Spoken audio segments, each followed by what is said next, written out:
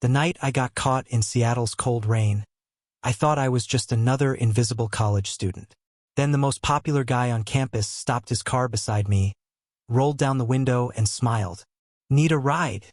he asked. I had no idea that one simple question would completely change my life and my heart. The rain started just as I locked the front door of the campus bookstore.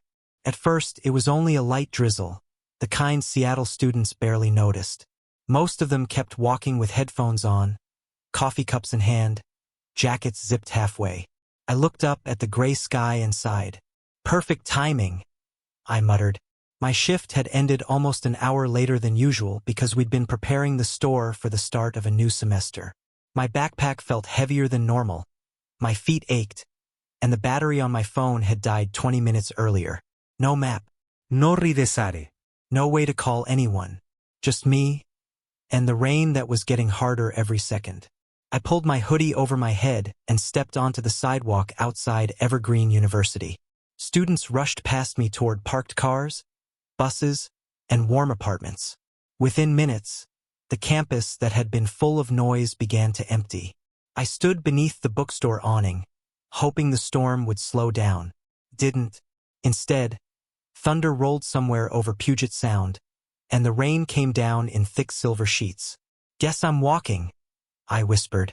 My apartment wasn't far, about 35 minutes on foot, but tonight it felt much farther.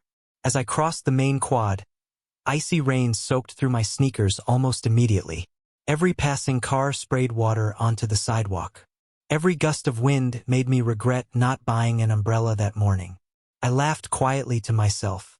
Typical Jimmy, 22 years old, senior year of college, decent grades, part-time bookstore job, and somehow I still managed to make life harder than it needed to be. People usually described college as the best years of their lives. Mine felt ordinary. I wasn't the loud guy everyone noticed. I wasn't the athlete. I wasn't the one getting invited to every party on campus. Most days I went to class, worked my shift, studied, and went home. It wasn't a bad life. It was just quiet, sometimes too quiet. As I reached the edge of campus, headlights swept across the wet pavement behind me. One car, then another. Neither slowed down. I kept walking. The rain had soaked through my hoodie now, and cold water ran down my neck. I couldn't help smiling at how ridiculous I probably looked.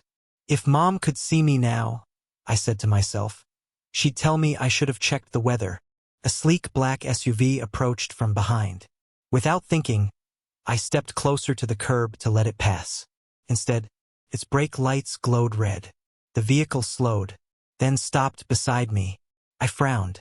The passenger side window lowered with a soft electric hum. Warm air drifted out from inside. "Need a ride?" The voice was calm, friendly. I turned toward the driver. For a second, I honestly thought I was imagining things. Oliver Hayes. The Oliver Hayes.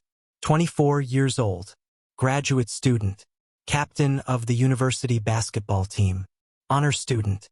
Volunteer mentor. The face that appeared in nearly every university brochure. The guy everyone seemed to know. The campus golden boy. He smiled as if stopping for drenched strangers was completely normal. "You look like you're losing your battle with Seattle," he joked. I blinked. I'm sorry. "The rain," he said with a grin. "Pretty sure it's winning." I laughed before I could stop myself. He actually made me laugh. "I'll survive," I replied. "I'm sure you will." He looked at the empty sidewalk. "But you'll probably be freezing by the time you get home." I hesitated. Everything my parents had ever taught me echoed inside my head.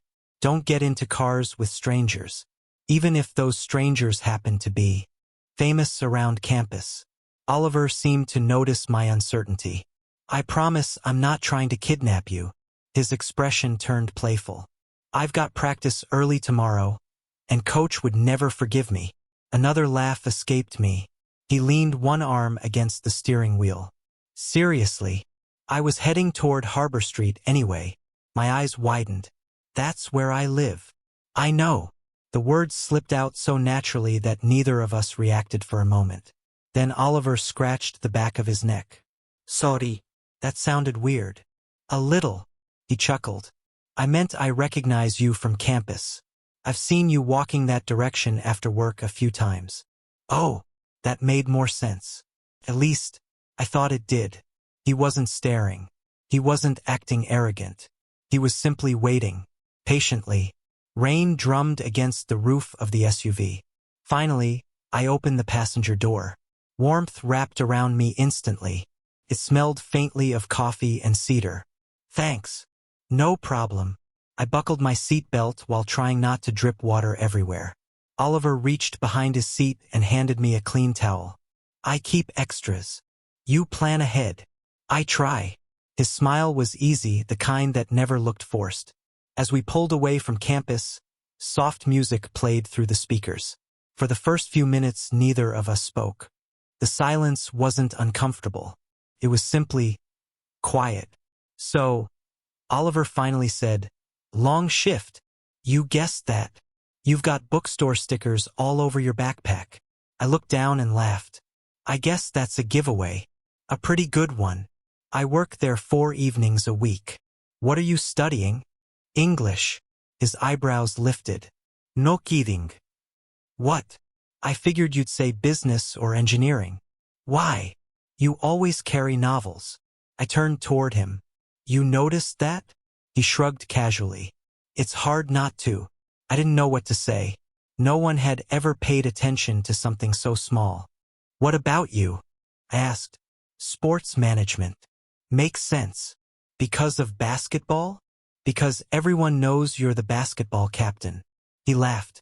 Sometimes I wish they knew me for something else. That answer surprised me. I glanced at him again. Without the crowd around him, without teammates or cameras from the University Media Club, Oliver looked different, more relaxed, almost ordinary. Just another student driving home after a long day. I've heard people call you the college golden boy, I admitted. He groaned dramatically. I hate that nickname. Really? It's impossible to live up to. For a moment his smile faded. People assume they've already figured me out before they ever talk to me. I understood that feeling more than he probably realized.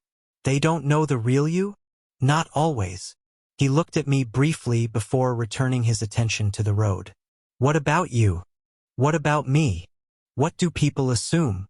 I thought about it. They usually don't assume anything. He frowned. What do you mean? They usually don't notice me long enough. Oliver didn't answer immediately. Instead, he slowed at a red light. I noticed. The words were quiet, simple, yet something about them lingered in the warm air between us. Neither of us spoke again for the next few minutes. Rain streaked across the windshield while the wipers moved back and forth in a steady rhythm. When we reached my apartment building, Oliver parked by the entrance. Home sweet home, he said. Looks like it. I unbuckled my seat belt but hesitated before opening the door. Thanks? Seriously. It wasn't a big deal. It was to me. He smiled. Then I'm glad I stopped. I stepped out into the rain, now much lighter than before. As I reached the building entrance, I turned around. Oliver was still there. He lifted a hand in a small wave. See you around, Jimmy. I froze. I hadn't told him my name. The SUV disappeared into the wet Seattle night before I could ask the question suddenly racing through my mind. How did Oliver Hayes know who I was? The next morning, I convinced myself there had to be a simple explanation. Maybe Oliver had seen my employee name tag at the bookstore. Maybe he'd heard someone call my name. Maybe he had looked at my student ID when I climbed into his SUV without realizing it. Every explanation sounded reasonable. Until I remembered I hadn't been wearing my name tag after my shift. So how did he know? That question stayed with me all the way across campus. Evergreen University looked completely different under the morning sun. The rain had washed the sidewalks clean, and students filled every corner of campus with conversations, coffee cups, and backpacks slung over one shoulder. Life had returned to normal, at least for everyone except me. As I walked toward my first class, I spotted Oliver across the quad.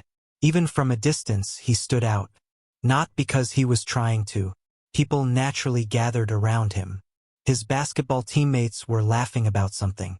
A professor stopped to shake his hand. Two freshmen asked for directions. Oliver answered everyone with the same easy smile. For a second, I wondered if he'd even remember giving me a ride. Then his eyes found mine. He smiled, raised one hand. "Morning, Jimmy." I almost looked behind me to make sure he wasn't talking to someone else. "Morning," I answered awkwardly. He didn't stop me. He simply waved again before continuing toward the athletic center. It lasted maybe 5 seconds. Yet somehow, half the students nearby had noticed. "Did Oliver Hayes just wave at you?" I turned to find Maya, one of my classmates from English literature. "I guess." "You guess." She laughed. "The campus celebrity knows your name?" "I'm still trying to figure that out." She narrowed her eyes. "There's definitely a story there." "There really isn't. At least, not yet." Over the next week, our paths kept crossing. Sometimes outside the library, sometimes near the student center, sometimes in line for coffee. Every single time, Oliver greeted me like we'd been friends for years. "Hey, Jimmy. Good luck on your exam. Working late tonight?" "They finally restocked that mystery novel you wanted. The last one made me stop walking." "How did you know I wanted that book?" "You mentioned it in the car." "I did. You said the bookstore sold out before employees could buy a copy." I stared at him. "You actually remembered that?" He shrugged. "It mattered to you." No one had ever said something so casually that meant so much. Friday afternoon, I was carrying a stack of books across campus when someone opened the library door before I reached it. "Oliver, need a hand?" "I've got it." "You sure?" "I'm only carrying half the library." He laughed. "I can see that." Before I could protest, he lifted several books from the top of my stack. "I don't want to look helpless." "You don't. You kind of just proved I am." "I proved you're stubborn." "That's different." He grinned. "It really isn't." Students walking by smiled at Oliver. Some greeted him by name. Others whispered after we passed. I pretended not to notice. Oliver seemed completely used to it. When we reached my study table inside the library, he carefully placed the books down. "There. Thanks." "No problem." He glanced at the titles. "Classic American fiction? Midterm research. Ouch." "Exactly." He laughed. "You deserve coffee after that." "I probably do." He looked at me for a second. "Come on." "What?" "Coffee." I blinked. "Right now. I've got 30 minutes before practice." "And you're asking me?" "I don't usually ask people I don't want to spend time with." I couldn't argue with that. 5 minutes later, we were sitting in the campus cafe. The conversation came surprisingly easily. Books, movies, favorite places in Seattle, terrible cafeteria food, childhood dreams. Neither of us talked about basketball. Neither of us talked about popularity. For the first time since starting college, I felt like I wasn't trying to impress anyone. I could simply be myself. "You know," Oliver said while stirring his coffee, "you're quieter than most people." "I've heard that. But when you finally talk..." "What?" "You notice things." I smiled. "I notice people." Eva noticed. He laughed softly. "No wonder you like writing. You remembered that too? You told me you wanted to write novels someday." I looked down at my coffee. "I've never actually told many people that." "Why not?" "It sounds unrealistic." Oliver leaned forward. "It sounds brave." I looked up. He wasn't teasing. He meant every word. Something warm settled in my chest.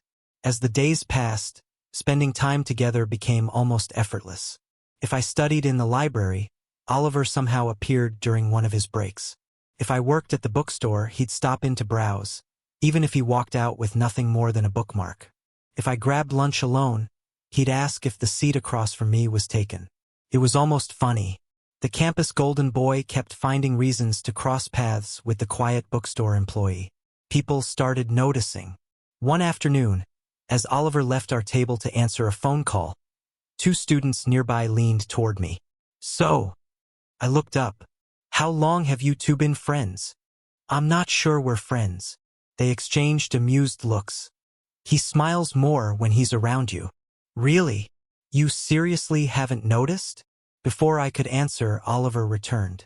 What did I miss? They were just leaving. The two students disappeared with knowing smiles. Oliver sat down again. Should I be worried? I think campus gossip just adopted us.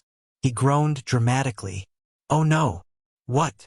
They'll probably invent some ridiculous story. Like what? He smiled. I don't even want to imagine. Neither of us realized how close that guess was to becoming true. A few days later, I stopped by the gym to return a notebook one of my classmates had forgotten. Basketball practice had just ended. The sound of bouncing balls echoed across the court. Oliver spotted me almost immediately. Jimmy! Several teammates turned to look. He jogged over, slightly out of breath. What are you doing here? Dropping this off. He took the notebook. Thanks. One of his teammates walked past and nudged his shoulder. So this is Jimmy? Oliver rolled his eyes. Yes. The Jimmy. The only Jimmy. His teammate laughed. Nice to finally meet you. I smiled politely, feeling completely out of place. After they walked away, I looked at Oliver. What was that about? He sighed. They ask too many questions. About me. They're curious. Why? He hesitated, then smiled. They've noticed I disappear during coffee breaks more often. Realization slowly hit me. They think I really enjoy spending time with you. Neither of us spoke. A comfortable silence settled between us. Finally, Oliver looked toward the exit. Walk with me. We crossed the campus together as the evening sun painted the brick buildings gold. Students laughed on the lawn. Music drifted from a nearby residence hall. Felt peaceful. So, Oliver said, slipping his hands into his jacket pockets, there's a fall festival next weekend. I've heard. You planning to go? I wasn't. You should. I don't really like crowds. You might if you don't have to go alone. I looked at him. Are you asking me? He smiled almost shyly this time. I guess I am. Before I could answer, a group of students called Oliver's name from across the lawn. He apologized with a small smile. I've got to run. It's okay. He took a few steps away, then turned back. Think about the festival. Okay? I nodded. I will. That night, lying in bed, I couldn't stop replaying the conversation. The most admired guy on campus genuinely wanted to spend time with me. Part of me wanted to believe it. The other part kept whispering that people like Oliver didn't choose people like me. And no matter how much I tried to ignore that voice, it was getting louder. The week leading up to the fall festival felt different. Not because anything had changed between Oliver and me, because everything had. Without realizing it, we'd become part of each other's routine. Every morning, he'd find me somewhere on campus. Sometimes outside my literature class. Sometimes waiting in line at the coffee shop. Sometimes simply walking across the quad with that same relaxed smile. Morning, Jimmy. It became my favorite part of the day. One Tuesday afternoon, I was shelving new arrivals at the bookstore when the bell above the entrance chimed. I didn't even have to look up. Let me guess, I said. You're here for another bookmark. Oliver laughed. I've been exposed. I looked up to find him holding an empty canvas tote bag. So, are you actually buying a book today? I was hoping you'd recommend one. I thought you were too busy for reading. I make time. I stepped around the counter and wandered toward the fiction section. If you're just getting into novels, don't start with anything too heavy. So you're saying I'm impatient? I'm saying basketball players deserve a chance. He placed a hand over his heart dramatically. Ouch! I couldn't help laughing. After a few minutes, I handed him a novel I'd read twice. This one. He studied the cover. You trust me with your favorite book? I trust you'll return it. I always return borrowed things. For some reason, that sentence lingered in my mind long after he left the store. Saturday arrived with clear skies and cool autumn air. Colorful lights stretched across the campus lawn while food trucks lined the walkways. Music floated through the evening as students gathered for Evergreen University's annual fall festival. Normally, I would have stayed home, Crowds had never been my thing. But Oliver had invited me. That alone was enough to convince me. I found him near the fountain, wearing a dark green jacket instead of his basketball hoodie. He smiled the moment he saw me. "You came. You sound surprised." "I wasn't sure you would." "I almost didn't." "I'm glad you changed your mind." For the next 2 hours, we wandered through the festival together. We shared a basket of fries, tried to win ridiculous stuffed animals at carnival games, listened to a student band playing classic rock covers. Somehow, every awkward moment turned into another reason to laugh. At one booth, we had to answer trivia questions about Seattle history. Oliver confidently answered the first 3, then completely failed the 4th. "The Space Needle wasn't built in 1958? He asked. I burst out laughing. "It opened in 1962. He stared at me dramatically. "I've embarrassed myself. I'll try not to tell anyone." "Please don't. I might use it as blackmail." "Oh, I'll accept free coffee as payment."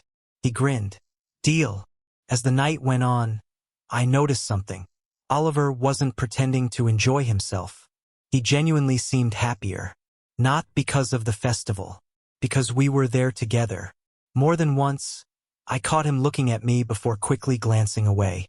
Each time, my heart beat a little faster.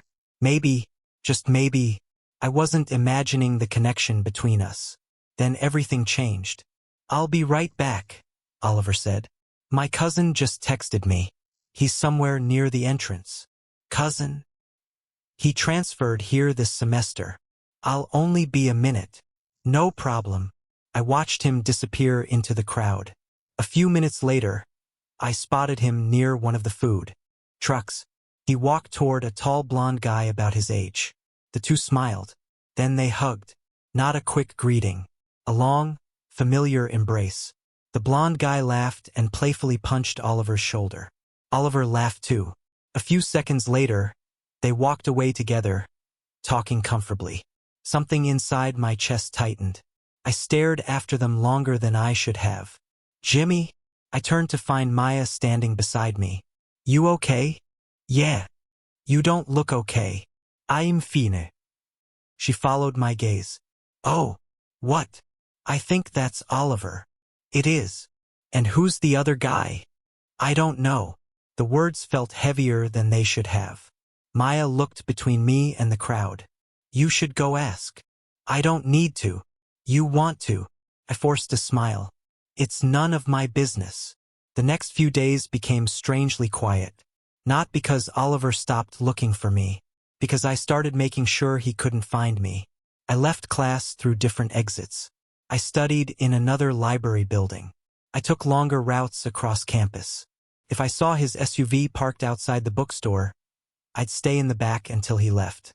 At first, I told myself I was simply giving him space. Then I admitted the truth.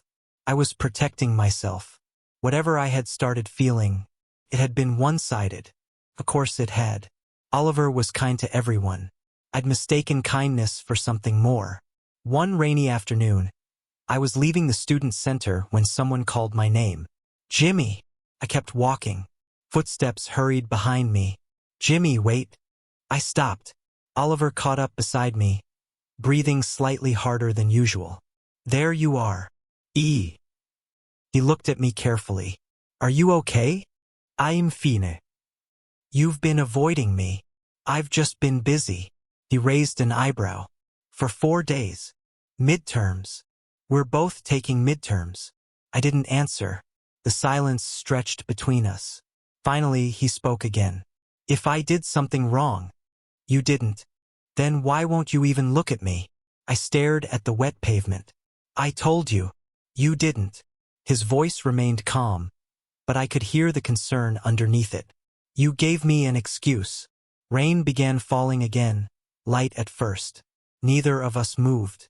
"I thought we were becoming friends," Oliver said quietly. "We are." "Then why does it feel like I'm losing you?" The words caught me off guard. I hadn't expected him to care that much. "I think," I began before stopping myself. "What?" I shook my head. "It doesn't matter." "It matters to me." For a second, I almost told him everything. That seeing him with someone else had hurt more than it should have. That I'd started looking forward to every coffee, every conversation, every smile. That somewhere along the way, I'd fallen for someone I never expected to. Instead, I stepped backward. You don't owe me anything, Oliver. Confusion filled his face. Jimmy, you've already been kinder to me than anyone else on this campus. That's not what this is. Maybe not. I don't understand. I know. I forced another smile. You don't have to. I turned and walked away before he could stop me. The rain fell harder as I crossed the empty quad. By the time I reached the library steps, I heard footsteps behind me again. This time they slowed instead of catching up. I turned. Oliver stood several yards away, soaked by the rain. He looked disappointed. Not angry, not frustrated, just hurt. I wish you'd tell me what's going on, he said. I swallowed hard. So do I. He took one small step forward. You've misunderstood something. The certainty in his voice made me freeze. What do you mean? He met my eyes, rain dripping from his hair. You've misunderstood everything. Before I could ask what he meant, a clap of thunder echoed across the campus, and the words hung between us, leaving me with more questions than answers. I stood there long after Oliver walked away. The rain soaked through my jacket, but I barely noticed. His final words echoed in my mind. You've misunderstood everything. I wanted to chase after him. I wanted to ask what he meant. Instead, fear won. Fear had a strange way of convincing you that silence was safer than hearing the truth. For the next 2 days, campus felt unusually empty. Not because people weren't there, because Oliver wasn't. I didn't see him outside my classes. He didn't stop by the bookstore. There were no cheerful good morning, Jimmy. No coffee invitations. No casual conversations that somehow became the best part of my day. It wasn't until Friday afternoon that Maya found me sitting alone outside the library. You two had a fight? I looked up from the notebook I hadn't written in for 20 minutes. What makes you think that? Because Oliver looks miserable. I frowned. You've seen him? He skipped lunch with his teammates yesterday. That surprised me. He never skips lunch. Exactly. She sat beside me. So, what? Are you finally going to tell me what's going on? I stared across the campus lawn. I thought he liked someone else. Maya blinked. What? I saw him hugging that blonde guy at the festival. She stared at me for a second before letting out the smallest laugh. Oh, Jimmy. What? I know who you're talking about. You do. That's his cousin. I felt every muscle in my body freeze. His cousin. Yeah. He transferred from Portland this semester. I closed my eyes. Of course, Oliver had told me that. He'd said he was meeting his cousin. I'd heard the words, then ignored them because my own fears had become louder than reality. Oh no. Maya gently nudged my shoulder. You really thought? I did. You should probably fix this. If he'll even talk to me. She smiled. If he didn't care, he wouldn't have spent 2 days looking like someone canceled. Christmas. That evening I left work later than usual. Seattle greeted me with another steady rain. I laughed quietly. Seriously. Apparently the weather had decided to become part of my love life. As I stepped onto the sidewalk, familiar headlights appeared across the street. A black SUV. It slowly pulled alongside the curb. The passenger window rolled down. Oliver looked at me. Neither of us spoke. Then he smiled, small, uncertain, nothing like his usual confident grin. Need a ride? The exact same words. The exact same place. Just like the night we'd first met. I couldn't help smiling. I think I've heard that before. I figured I'd try again. For a moment neither of us moved. Finally I walked toward the passenger door and climbed inside. The familiar warmth wrapped around me. It even smelled the same. Coffee. Cedar. Home. Oliver started driving without saying anything. The silence wasn't awkward. It was careful, like we were both choosing our words. I'm sorry, I said quietly. He glanced at me. For what? For assuming things. He didn't answer immediately. Instead, he pulled into a quiet overlook above Elliott Bay. The rain tapped softly against the windshield while city lights reflected across the water below. He turned off the engine. I was hoping you'd tell me what happened. I took a deep breath. I saw you hugging that guy. My cousin. I know. I know what you thought. I looked down at my hands. I've never been good at believing someone could actually choose me. Oliver was quiet. Then he asked the question I'd been avoiding. Why? I laughed softly. Because I've spent most of college being invisible. I looked out at the rain. You were the opposite. The guy everyone admired. The basketball captain. The golden boy. You could have been friends with anyone. He shook his head. That's exactly what everyone thinks. It isn't true? I know hundreds of people. He smiled sadly. But very few actually know me. I looked back at him. You do. I frowned. What? You've listened. You remember little things. You never cared whether I won a game or how many people knew my name. He laughed quietly. You cared when I couldn't answer a Seattle history question. I couldn't help smiling. You deserved that. I probably did. The tension between us slowly disappeared.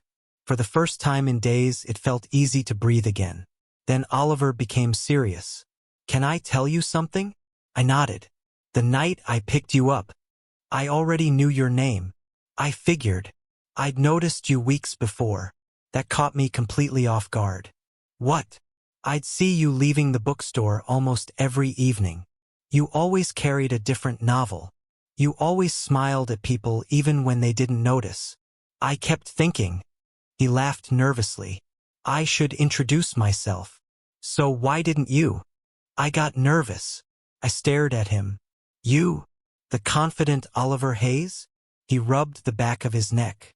Turns out the so-called golden boy gets nervous too. I laughed. I don't believe it. It's true. So when I saw the rain that night, he looked through the windshield. I drove that route hoping I'd run into you. For several seconds I couldn't speak. You were looking for me? I was. I just needed an excuse to say hello. Every doubt I'd been carrying suddenly felt so small. You could have just walked up to me. I know. But I kept overthinking it. I smiled. I guess we both did. He nodded. Looks like it. The rain outside became heavier. Water raced down the windshield, blurring the Seattle skyline into soft lights. Oliver turned toward me. I don't want to keep guessing how you feel anymore. Neither did I. I like being around you, he continued, more than anyone else. My best days this semester have been the ones we've spent together. He hesitated. I don't expect you to say anything back. I just needed you to know. I smiled before he could finish. You should have let me talk first. He blinked. Why? Because I would have saved you the speech. He laughed. Oh, I've been trying not to fall for you since the night you offered me that ride. His eyes widened slightly. Really? You made it impossible. You kept remembering everything I said. You kept showing up. You made me feel seen. Something warm settled between us. Not excitement. Not relief. Something steadier. Something that felt like home. Oliver slowly reached for my hand. He paused halfway. Is this okay? Instead of answering, I closed the distance and gently took his hand. Our fingers intertwined naturally. He smiled in a way I'd never seen before. Not the smile he gave photographers. Not the smile he gave professors. This one belonged only to us. I've wanted to do that for a while, he admitted. I know. You know? You've almost reached for my hand at least 3 different times. He laughed. I wasn't exactly subtle. No. We sat there watching the rain for another minute before I finally leaned a little closer. So, I think this is the part where we stop overthinking. I was hoping you'd say that. Oliver gently brushed a damp strand of hair away from my forehead. He gave me one last chance to move away. I didn't. He leaned in, and our first kiss was soft, warm, and unhurried. A quiet promise rather than a dramatic moment. When we pulled apart, we were both smiling, the rain continuing to drum softly on the roof above us. I guess Seattle rain isn't so bad after all, I whispered. He chuckled. It brought me to you. The semester passed faster than either of us expected. Coffee breaks became regular dates. Study sessions somehow turned into long walks through the city. The bookstore became Oliver's favorite place to visit, even when he didn't need another book. By spring, no one was surprised to see us together. Our friends simply smiled whenever we arrived hand in hand. Months later, graduation day filled the campus with cameras, families, and celebration. As our names were called, cheers echoed across the lawn. When the ceremony ended, I found Oliver waiting exactly where he'd promised. He reached for my hand without hesitation. This time, neither of us cared who was watching. We walked across campus together, laughing about everything we'd survived during the year. I looked toward the road where we'd first met. It all started with one rainy night. Oliver smiled. And one question. I laughed. Need a ride? He squeezed my hand gently. Best question I ever asked. Looking back now, I realize life doesn't always change because of grand gestures or perfect timing. Sometimes it changes because someone chooses to stop instead of driving past. Sometimes love begins with a warm car on a cold Seattle evening. And sometimes all it takes is one simple act of kindness to lead you to the person who feels like home. If this story made you smile, touched your heart, or reminded you that love can appear when you least expect it, don't forget to like this video and subscribe for more heartwarming LGBTQ plus romance stories every week. Speech Balloon, I'd love to hear from you. Have you ever met someone who completely changed your life by doing one simple act of kindness? Share your story in the comments below. And if you're ready for another unforgettable love story, click on the next video. You might just find your new favorite couple.